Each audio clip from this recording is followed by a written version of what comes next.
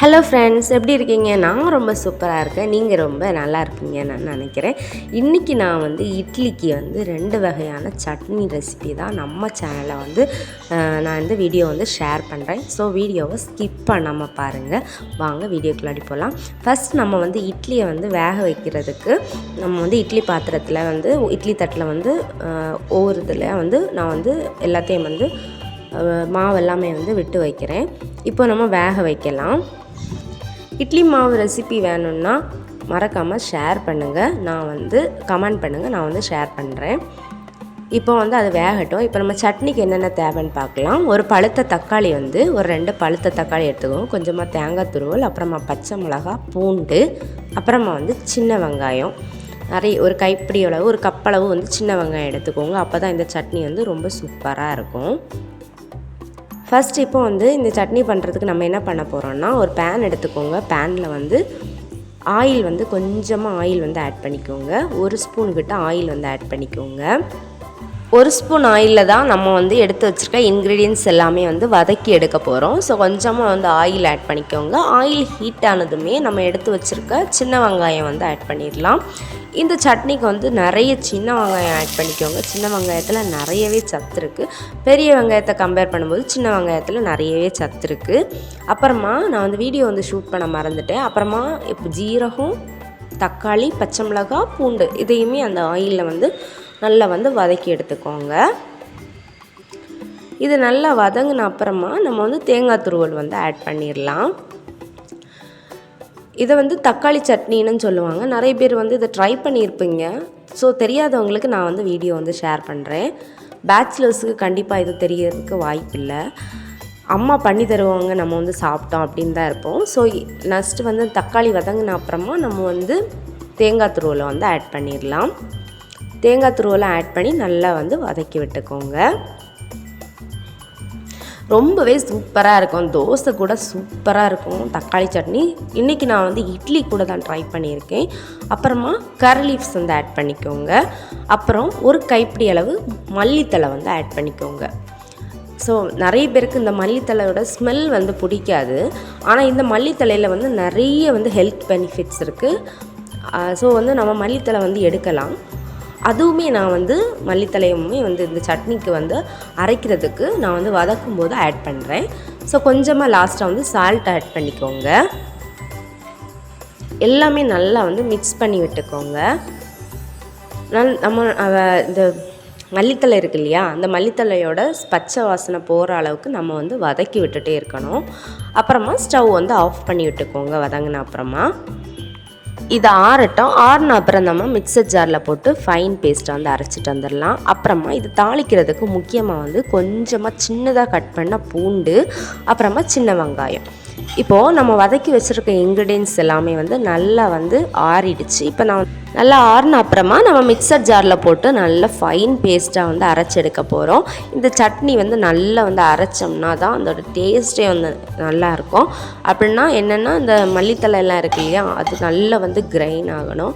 அப்புறமா தக்காளி எல்லாமே தக்காளி இந்த மல்லித்தழையோட ரெண்டுமே சேர்ந்தாலே அந்த டேஸ்ட் சூப்பராக இருக்கும். ஸோ கண்டிப்பாக ட்ரை பண்ணி பாருங்கள்.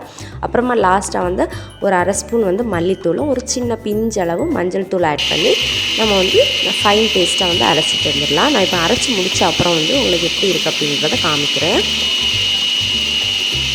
கொஞ்சமாக வாட்டர் ஆட் பண்ணி நல்லா ஃபைன் பேஸ்ட்டாக இந்த மாதிரி அரைச்சி எடுத்துக்கோங்க. இப்போ இதை நம்ம தனியாக ஒரு பவுலில் ஷேர் பண்ணி எடுத்து வச்சுக்கலாம்.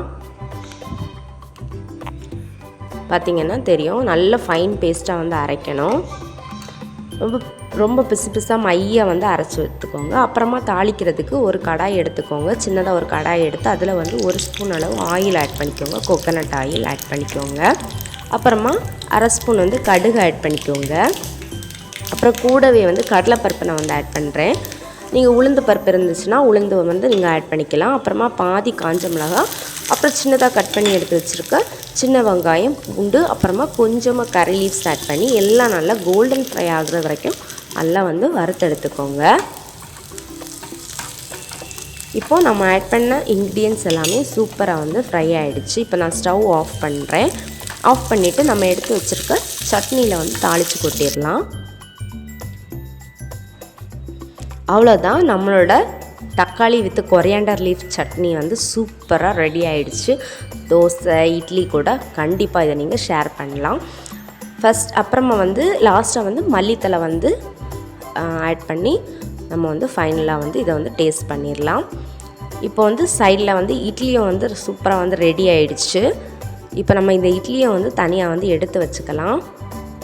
என்ன தான் இட்லிக்கு கறி குழம்பு, சிக்கன் குழம்பு, அப்புறமா வந்து சாம்பார், எவ்வளோ குருமா, கடலைக்கறி எவ்வளோ வந்தாலுமே சட்னி தாங்க பெஸ்ட்டு காம்பினேஷன். இட்லி தோசைக்கு சட்னி இல்லைன்னா யாராலையுமே வந்து எந்த குழம்பு வச்சு சாப்பிட முடியாது. தொட்டுக்கிறதுக்கு கண்டிப்பாக சட்னி வேணும். ஸோ மஸ்ட் இந்த சட்னியை வந்து ட்ரை பண்ணி பாருங்கள். சட்னி வந்து ஒரே மாதிரி தேங்காய் சட்னி, அந்த சட்னி, இந்த சட்னின்னு நம்ம சாப்பிடாம கொஞ்சம் டிஃப்ரெண்ட்டாக சட்னியை வந்து ட்ரை பண்ணலாம். நம்ம சேனலில் நிறைய சட்னி வீடியோஸ் நிறைய போட்டிருக்கேன். ஸோ பார்க்காதவங்க செக் பண்ணி பார்த்து வீட்டில் வந்து பண்ணி பாருங்கள். சூப்பராக இருக்கும். பண்ணி பார்த்து எப்படி இருந்துச்சு அப்படிங்கிறத மறக்காமல் கமெண்ட் பண்ணிக்கோங்க. அவ்வளோதான், நம்மளோட தக்காளி சட்னி வந்து சூப்பராக வந்து ரெடி ஆகிடுச்சு. இப்போ நெக்ஸ்ட் நம்ம வந்து மதுரை ஸ்டைலில் வந்து ஒரு தேங்காய் தண்ணி சட்னி வந்து நம்ம சூப்பராக பார்த்துக்கலாம். பொட்டுக்கடலை தண்ணி சட்னி அப்படின்னு சொல்லலாம். அதுக்கு ஃபஸ்ட்டு வந்து ஒரு கப் அளவு தேங்காய் ஆட் பண்ணிக்கோங்க. அப்புறமா பாதி பச்சை மிளகா, கொஞ்சமாக கரி லீவ்ஸ் ஆட் பண்ணிக்கோங்க. அப்புறமா பொட்டுக்கடலை, மெயினாக வந்து இந்த சட்னிக்கு வந்து பொட்டுக்கடலை ஒரு 3 ஸ்பூன் வந்து பொட்டுக்கடலை வந்து ஆட் பண்ணிக்கோங்க. அப்புறமா கொஞ்சமாக சால்ட், அப்புறம் 3லேருந்து 4 வந்து சின்ன வெங்காயம் ஆட் பண்ணிக்கோங்க. அப்புறமா அரை ஸ்பூன் வந்து சீரகம் வந்து ஆட் பண்ணிக்கோங்க. அப்புறமா கொஞ்சமாக வாட்டர் ஆட் பண்ணி நல்லா பேஸ்ட்டாக வந்து அரைச்சி எடுத்துக்கோங்க. இப்போ நம்ம வந்து இதை வந்து அரைச்சி எடுத்துகிட்டு வந்துடலாம். மதுரை ஸ்டைலில் தண்ணி சட்னி நிறைய ஹோட்டல்ஸில் வந்து இதை வந்து கொடுக்குறாங்க. ஸோ வந்து மஸ்ட்டு நம்ம வீட்டில் வந்து ட்ரை பண்ணி பார்த்து எப்படி இருந்துச்சு அப்படிங்கிறத உங்கள் கமெண்டில் வந்து ஷேர் பண்ணிக்கோங்க. இப்போ சூப்பராக வந்து நான் வந்து அரைச்சி எடுத்துகிட்டு வந்துடல. இப்போ இதில் வந்து கூடவே வந்து கொஞ்சமாக வாட்டர் வந்து ஆட் பண்ணிக்கோங்க. வாட்டர் ஆட் பண்ணி மிக்ஸ் பண்ணி விட்டுக்கோங்க. ஏன்னா நம்ம வந்து பொட்டுக்கடலை வந்து ஆட் பண்ணியிருக்கோம் இல்லையா.